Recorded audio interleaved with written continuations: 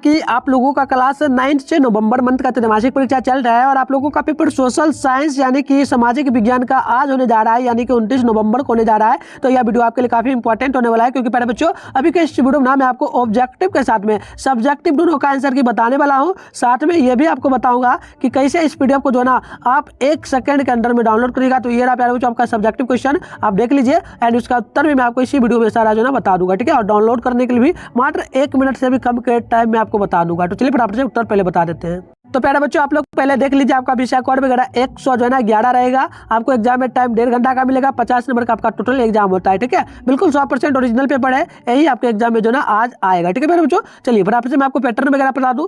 यहाँ पर ना 1 से लेकर के 30 तक प्रश्न मिलेगा, इसमें से मात्र आपको किन्हीं 24 प्रश्न बनाना है प्यारे बच्चों। तो चलिए पहला प्रश्न क्या पूछा गया वास्को डी गामा कहाँ का यात्री था? तो बिल्कुल ऑप्शन बी होगा, ये होगा पुर्तगाल का। नेक्स्ट क्वेश्चन है कि विश्व में सर्वप्रथम लिखित संविधान किस देश में बना? तो ये होगा प्यारे बच्चों अमेरिका में, ठीक है। चलिए 3 नंबर प्रश्न है कि प्रथम विश्व युद्ध प्रारंभ कब हुआ था प्यारे बच्चों का? तो ये होगा 1914 ईस्वी में। देखिए नेक्स्ट क्वेश्चन 4 नंबर है, फ्रांस में राजप्रथा का जो ना उन्मूलन किसने किया? तो 4 का बिल्कुल ऑप्शन नंबर जो ना ए होगा, या नेपोलियन हो जाएगा प्यारे बच्चों। चलिए फटाफट से आगे बता दें आपको, आगे देख लीजिए ये रहा प्यारे बच्चों 5 नंबर प्रश्न। 1917 में कौन सा देश प्रथम विश्व युद्ध से अलग हो गया? तो देखिए 5 का बिल्कुल राइट आंसर ऑप्शन होगा, ये होगा रूस, ठीक है। चलिए अगली क्वेश्चन 6 नंबर है, जो है ना द्वितीय विश्व युद्ध कब प्रारंभ हुआ? तो प्यारे बच्चों इसका राइट आंसर बिल्कुल ऑप्शन ए होगा 1939 ईस्वी में। अगली क्वेश्चन है 7 नंबर, माइन, ठीक है। माइन कैम्प किसकी रचना है? तो बिल्कुल इसका राइट आंसर होगा ऑप्शन नंबर बी प्यारे बच्चों, आप लोग नोट कर लेना, हिटलर का होगा। देखिए 8 नंबर प्रश्न, यह गिडिया पत्रिका के लेखक कौन थे? तो इसका राइट आंसर होगा ऑप्शन नंबर,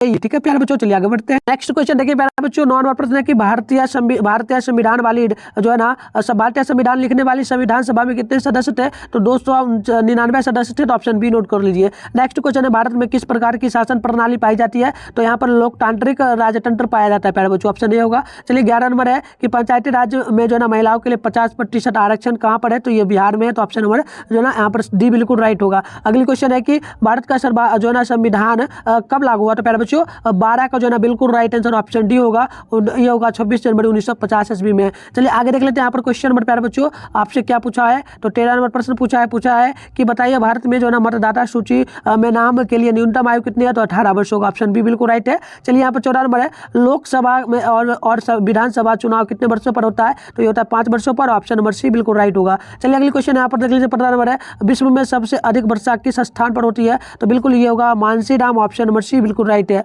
चलिए यहाँ पर 16 नंबर प्रश्न देखते हैं प्यारे बच्चों, पूछा गया भारत में दक्षिण पश्चिम मानसून का आगमन कब से होता है? तो बिल्कुल ये होगा ऑप्शन नंबर 1 जून से, ऑप्शन नंबर बी बिल्कुल राइट होगा 16 का, ठीक है प्यारे बच्चों, ऑप्शन बी। चलिए यहाँ पर देख लीजिए 17 है, भरतपुर पश्चिम बिहार कहाँ स्थित है? तो बिल्कुल 17 का राइट आंसर ऑप्शन सी होगा, यह राजस्थान में जो है ना प्यारे बच्चों हो जाएगा। 18 नंबर देखिए प्यारे बच्चों क्या पूछा गया, भारत में सर्वाधिक साक्षरता दर किस राज्य की है? तो बिल्कुल इसका राइट आंसर होगा प्यारे बच्चों क्या? तो जल्दी कमेंट करिए 18 का, तो बिल्कुल राइट ऑप्शन ए होगा, डी होगा केरल का, ठीक है। चलिए 19 नंबर है, भारत में वन्य जीव संरक्षण अधिनियम कब लागू हुआ? तो बिल्कुल राइट होगा, ऑप्शन बी ये होगा 1972 ईस्वी में। अगली क्वेश्चन है कि प्रति 1000 पुरुषों पर महिलाओं की संख्या को क्या कहा जाता है? तो इसे हम लोग क्या करते हैं प्यारे बच्चों, इसको लिंगानुपात कहते हैं, लिंगानुपात, यानी ऑप्शन नंबर जो ना 20 का ए बिल्कुल राइट होगा। आगे देख लीजिए प्यारे बच्चों क्वेश्चन नंबर 21 है, सुंदरबान जैव मंडल नियम किस राज्य में है? तो प्यारे बच्चों 21 का ना बिल्कुल राइट होगा ऑप्शन नंबर ए, ठीक है, ऑप्शन नंबर होगा पश्चिम बंगाल में। चलिए 22 है, पूछा गया निम्न में से कौन परमाणु ऊर्जा केंद्र है? तो बिल्कुल जो है ना यहाँ पर आप लोग 22 का नोट करेंगे, तो ऑप्शन नंबर बी होगा प्यारे बच्चों बनारस, ठीक है। अगली क्वेश्चन है 23 नंबर, टूटिकोलिन में 1997 ईस्वी में कौन सा गैस सिरा हुआ था जिसके कारण बीमारी उत्पन्न होने लगा? तो बिल्कुल ये बीमारी जो उत्पन्न हुआ था ना, क्या हुआ था प्यारे बच्चों? उल्टी होना एवं छाती में जलन होना। तो 23 का ऑप्शन नंबर जो है ना 23 का ऑप्शन क्या है प्यारे बच्चों? 23 का ऑप्शन सी बिल्कुल राइट है, सी बिल्कुल राइट है। चलिए अगली क्वेश्चन देख लीजिए, जो है ना एंथ्रेक्स क्या है? तो बिल्कुल एंथ्रेक्स जो है ना 24 का आप लोग नोट करेंगे, तो ऑप्शन नहीं होगा, यह एक गंभीर रोग है। आगे देखिए प्यारे बच्चों, आगे जो है ना 25 नंबर पूछा गया, गरीबी रेखा के नीचे रहने वाले व्यक्ति को क्या कहेंगे? तो यह गरीबी का सूचक है, ठीक है, ऑप्शन बी होगा। 26 नंबर है, बिहार में पाई जाने वाली बेरोजगारी किस प्रकार की है? तो यह होगा सभी प्रकार का, इनमें से कोई नहीं होगा प्यारे बच्चों, इनमें से कोई नहीं होगा, ठीक है, क्योंकि सब होना चाहिए, इसलिए आप लोग नोट कर लीजिए, इनमें से कोई नहीं। 26 का ऑप्शन जो है ना डी होगा। चलिए अगली क्वेश्चन है 27 नंबर, देश की प्रमुख आर्थिक जो ना संख्या क्या है? तो 27 का बिल्कुल ऑप्शन नहीं होगा, यह होगा उच्च शिक्षा। आगे देख लेते हैं प्यारे बच्चों 28 नंबर क्वेश्चन आपसे क्या पूछा है कि मनुष्य में जो ना मूलभूत आवश्यकताएं क्या है, तो बिल्कुल 28 का राइट आंसर ऑप्शन डी होगा इनमें से सभी। आगे देख लीजिए प्यारे बच्चों क्वेश्चन नंबर 29 है बिहार राज्य के किस जिले का जो ना जनसंख्या सबसे अधिक है, तो ये होगा पटना का ऑप्शन ए बिल्कुल राइट है। अगली है 30 नंबर बिहार की अशिक्षित की जनसंख्या करीब निम्न में से कितना प्रतिशत है, तो बिल्कुल ये होगा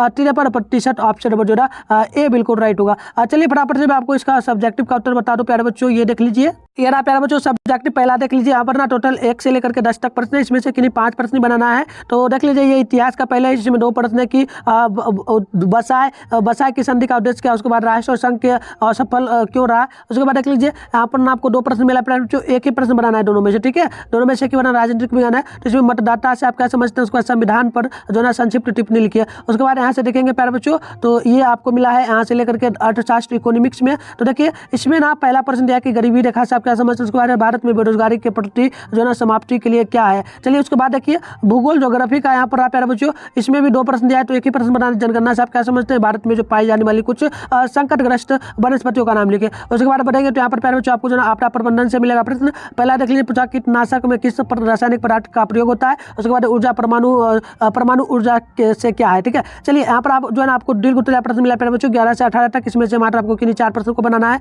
तो देख लीजिए हिस्ट्री में आपको मिला है 2 प्रश्न, यहाँ पर तो 1 प्रश्न बनाना है। तो देख लीजिए पहला प्रश्न है कि द्वितीय विश्व युद्ध के कारण क्या थे फ्रांस, उसके बाद फ्रांस की क्रांति का क्या कारण था। उसके बाद देख लीजिए यहाँ पर क्वेश्चन नंबर आप मिला है प्यारे बच्चों आपको राजनीतिक विज्ञान का, इसमें भी 2 प्रश्न है। तो पहला है कि चुनाव सुधार के लिए कौन कौन से सुझाव दे, ठीक है। उसके बाद जो है ना लोकतंत्र की प्रमुख विशेषताओं का वर्णन करें। इसके बाद आगे बढ़ेंगे तो प्यारे बच्चों ये आपका जो है ना इकोनॉमिक्स यानी कि आपदा प्रबंधन से रहा प्रश्न। इसमें पहला प्रश्न कि भारत में बेकारी समस्या के एक लेख लिखिए जिसके लिए दूर करने के लिए आप क्या कर सकते हैं, ठीक है। चलिए यहाँ पर देख लीजिए 16 नंबर की भारत में अपनाए जाने वाले गरीबी उन्मूलन के कार्यक्रमों को व्याख्या करें। इसके बाद आगे बढ़ेंगे ना प्यारे बच्चों, तो आपको मिलेगा देखने को भूगोल यानी कि ज्योग्राफी का, इसमें भी 2 प्रश्न तो एक ही बनाने। तो पहला है कि भारत में होने वाली मानसूनी वर्षा और उसकी विशेषताओं को स्पष्ट करें, और अगली क्वेश्चन है कि भारत की जनसंख्या वृद्धि होने में जो ना वृद्धि की विशेषताओं पर वर्णन करें। चलिए फटाफट इसका उत्तर बता दें प्यारे बच्चों। तो पहला प्रश्न का उत्तर ये है आपका, ठीक है, और आगे बताएंगे तो आपका ये दूसरा नंबर प्रश्न का यहाँ पर तीसरा नंबर का उत्तर दिया गया है। और आगे देख लीजिए प्यारे बच्चों ये रहा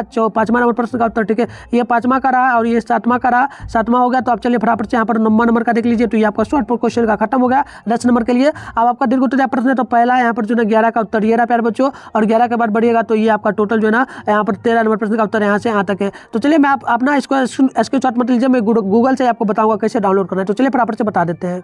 तो प्यारे बच्चों आपको जो है ना गूगल या क्रोम किसी भी चीज़ को खोल लेना है और यहाँ पर आना है। आपको सिर्फ मिथुन स्टडी सेंटर जिस चैनल पे अभी वीडियो देख रहे हो ना प्यारे बच्चों, उसी चैनल का नाम यहाँ पर आकर के ना सर्च कर लीजिए। क्या तो मिथुन स्टडी सेंटर, इतना ही आपको यहाँ पर आकर के सर्च कर लेना है। जैसे ही प्यारे बच्चों सर्च करेंगे तो आपको फर्स्ट में एक वेबसाइट मिलेगा मिथुन स्टडी सेंटर ऑफिशियल वेबसाइट, ठीक है, मिथुन स्टडी सेंटर आप लोग देख लीजिए, इस टाइप से आपको जो ना लिखा हुआ मिलेगा, ठीक है। इस पे आकर के ना आपको क्लिक कर लेना है प्यारे बच्चों। प्यारे बच्चों कुछ इस प्रकार से इंटरफेस खुलेगा, आपको जो ना स्क्रॉल डाउन करके नीचे चले आना है। नीचे जैसे ही आएगा क्लास 9 का यहाँ पर एक आपको सेशन मिलेगा देखने को, इस पे आपको आकर के क्लिक कर लेना है। जैसे ही क्लिक करेंगे या पूरा का पूरा इस प्रकार से ओपन होगा। ओपन होते ही आप लोग क्या करेंगे, नीचे आएंगे प्यारे बच्चों, यहाँ पर देख लीजिए साफ साफ लिखा है क्लास 9 के लिए और सब्जेक्ट का पेपर डाउनलोड करें। अब आपको जैसे कि मान लीजिए सोशल साइंस का पेपर चाहिए प्यारे बच्चों, तो सोशल साइंस के सामने डाउनलोड बटन का ऑप्शन है, तो इस पर आप लोग क्लिक कर लेंगे। जैसे ही क्लिक करेंगे कुछ इस प्रकार से इंटरफेस खुलेगा। अब देख लीजिए नीचे ना ऑब्जेक्टिव का सबसे पहले यहाँ पर आंसर की दिया गया प्यारे बच्चों, ऑब्जेक्टिव का यहाँ से डाउनलोड कर लेंगे। इसके आगे जैसे ही बढ़ेंगे तो यहाँ पर ना आप व्हाट्सएप ग्रुप वगैरह भी ज्वाइन कर लेना प्यारे बच्चों। यहाँ पर व्हाट्सएप ग्रुप का लिंक इस पर दिया गया, तो इस पर क्लिक कर लेना। अब सब्जेक्टिव प्रश्न यहाँ पर देख लीजिए लिखा गया है,